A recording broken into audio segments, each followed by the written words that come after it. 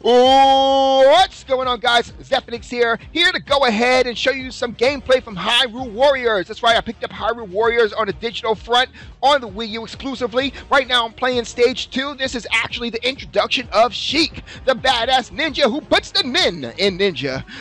Wow, that was awful. Oh, that was awful. I don't know where I even got that, but I need to put it back for sure. Okay, anyway, so there's some good things about this game, some bad things about the game. First and foremost, I really do enjoy this game. It's a really fun game. It's pretty much tried and true to the ninja style games, which a lot of people try to hate on. Of course, they only hated on it because of the fact that they realized that they were gonna, they were kind of doing a whole cross thing between Zelda and Warrior games. That's the only reason I was hating on it, because it's Nintendo. But back when it was, no one really was hating on it when One Piece Pirate Warriors came out, you know? Just saying.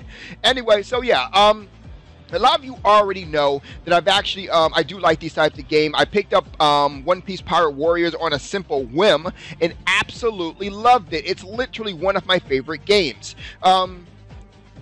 Which, for the record, brings up another problem with this game, but we'll get that in a minute here. So basically, the way the game works is pretty much this. It has 3 different game modes, if you will. Technically, well, 4 different game modes. Legendary mode, which is the storyline. Adventure mode, which is kind of like very akin to like the original Zelda, mixed with a challenge mode, if you will. A straight challenge mode, and then also free mode, which basically means that choose a stage, choose a character, go kick some ass. That's pretty much what it is. Overall, it's a fun game. I really do enjoy it. Basically, how to work the characters are is that you go ahead and choose a character, whoever you want to choose, depending on which mode, which characters are actually available. After you choose a character, you go ahead and choose which weapon you want.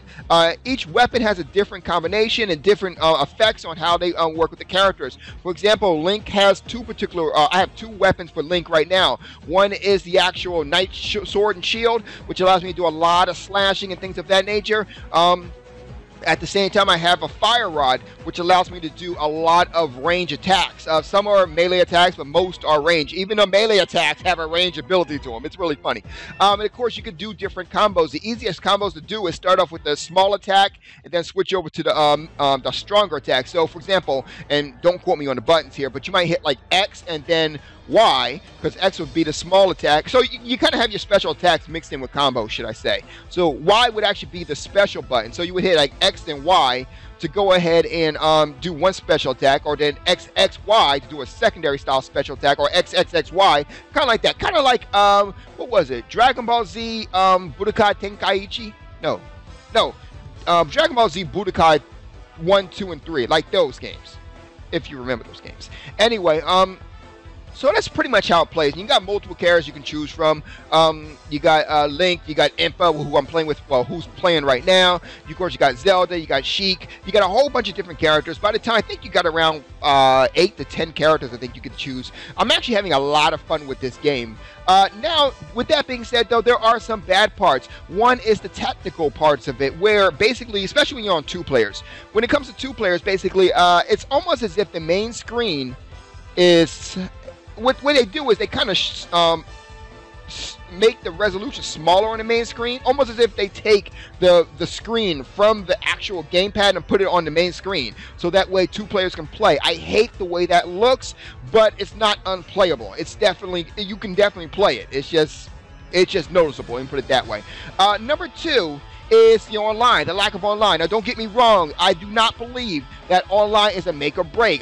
Obviously, I'm not. I bought the damn game, right? But you got to say there are other Warrior-style games out there, like One Piece Pirate Warriors, and it had online. It had pretty damn good online. So why is it that I can go online with that, but I can't go online with this? There's only one reason I can possibly think of, and that's Nintendo on Nintendo Network. Obviously, Nintendo Network obviously has some issues with it that they couldn't really deal with Nintendo Network for some bizarre reason. I don't know. All I know is that there are games like this which have online.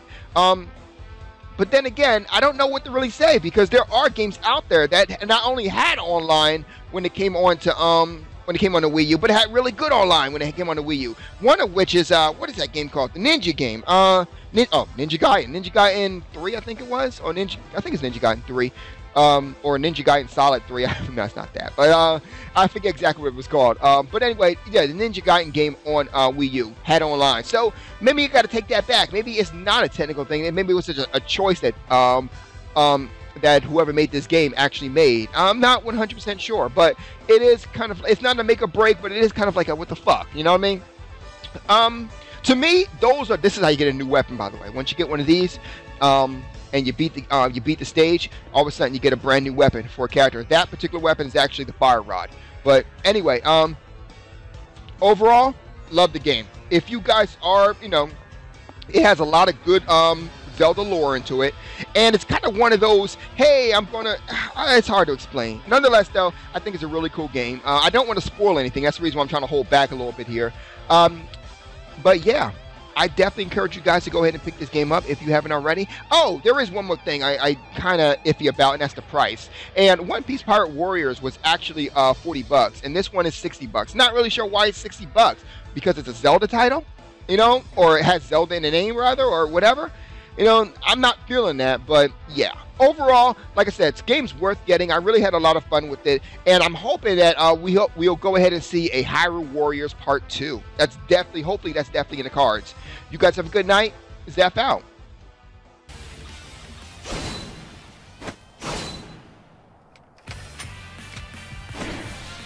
てめえの正義もさぞ重かろうが、こっちもいろいろ背負ってんだよ。